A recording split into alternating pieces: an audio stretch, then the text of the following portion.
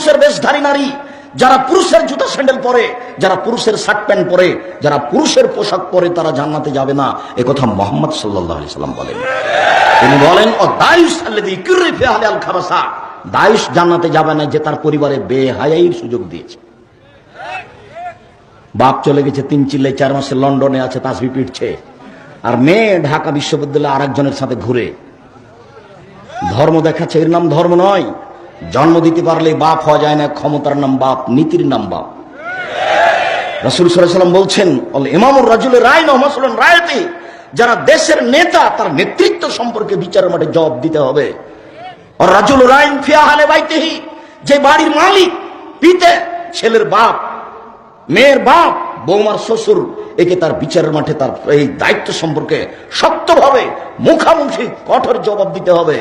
আল মারাতু রাহিতুন ফি বাইতি যাওজিহা, বাড়িতে ছেলের মা, মেয়ের মা, বৌমার শাশুড়ি, এই মহিলাকে তার বাড়ির নেতৃত্ব সম্পর্কে একবারে অক্ষরে অক্ষরে জবাব দিতে হবে।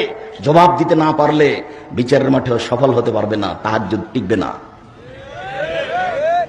এই রহস্য কোনোদিন আপনাকে আমি বুঝাতে পারলাম না। জাবের রাদিয়াল্লাহু তাআলা আনহুকে আল্লাহর নবী বলছেন, সবাইকে আল্লাহর নবী বললেন যে আমরা এখন মদিনায় ঢুকবো না, যুদ্ধ করে আসছি, আমরা এখানে রাত্রে থাকি, সকালে আমরা নিজ নিজ বাড়িতে যাব। তো জাবের বলছেন, আল্লাহর নবী, আমি নতুন বিবাহ করেছি, আমাকে বাড়ি যেতে অনুমতি দেন। তো আল্লাহ রাসূল ওই অনুমতির সাথে কিছু কথা বলতে লাগলেন যে হাল্লা বিক্রানা সাহিবা, তুমি যে বিবাহ করেছো, তো কুমারী মেয়ে বিবাহ করেছো না তালাক প্রাপ্তা মেয়ে বিবাহ করেছো? তখন জাবির রাদিয়াল্লাহু আনহু বলছেন, ফিবা, তালাক প্রাপ্তা মেয়ে বিবাহ করেছি। তখন আল্লাহ রাসূল বলছেন, হাল্লা বিক্রান তুলাইবকা, তুমি অবিবাহিতা কুমারী মেয়ে কেন বিবাহ করলে না?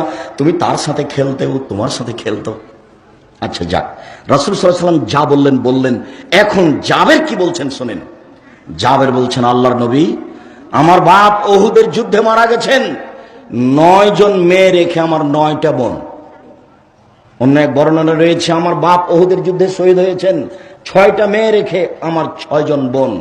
আমি চাইনি আমার বোনের মতো বয়সের একটা মেয়েকে বিবাহ করতে, আমি এমন মেয়েকে বিবাহ করতে চেয়েছি যেই মেয়ে তুয়াদ্দেবহুন্না, এদের শিষ্টাচার দিতে পারবে, অতুয়াল্লেবহুন্না, এদের বিদ্যা দিতে পারবে, অতুরাজ্জালহুন্না, এদের মাথার চুল চিরুনি করে দিতে পারবে, অত্তাকুমা আলাইহিন্না, যে এদের সামনে পাহারা দিতে পারবে, আমার বোনদেরকে পাহারা দিতে পারবে। মা মানে পাহারাদার,